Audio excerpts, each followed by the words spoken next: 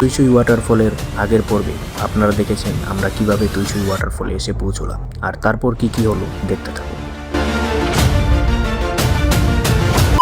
আমরা অলরেডি নেমে গিয়েছি, নিচে এসে গেছি, ভিউটা দেখাচ্ছি, দেখেন আপনারা ভিউটা কেমন। এখানে রয়েছে আমার ভাই, আর এখানে আরেকটা ভাই রয়েছে। আমরা ফটো ক্লিক করব এখানে, ওনার পাশে গিয়ে দাঁড়াবো। এরপর আমরা আবার চললাম ওয়াটারফলের সামনের দিকে। এখানে ঝর্ণার জলে অতিরিক্ত ঠান্ডা, আর অতিরিক্ত ঠান্ডার মধ্যে এখানে আমরা ঝর্ণার সামনে এসে পৌঁছেছি।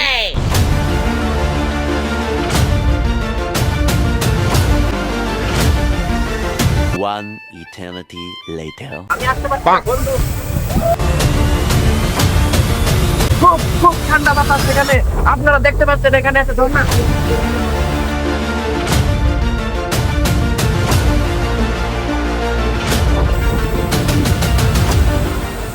তো এখানে ঝর্ণার খুব কাছাকাছি এসে গেছি।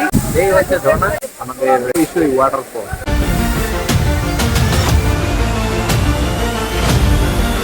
লাইফের মধ্যে অ্যাডভেঞ্চার খুবই জরুরি, আর তুইসুই ওয়াটারফল হলো অ্যাডভেঞ্চারের জন্য একদম বেস্ট জায়গা।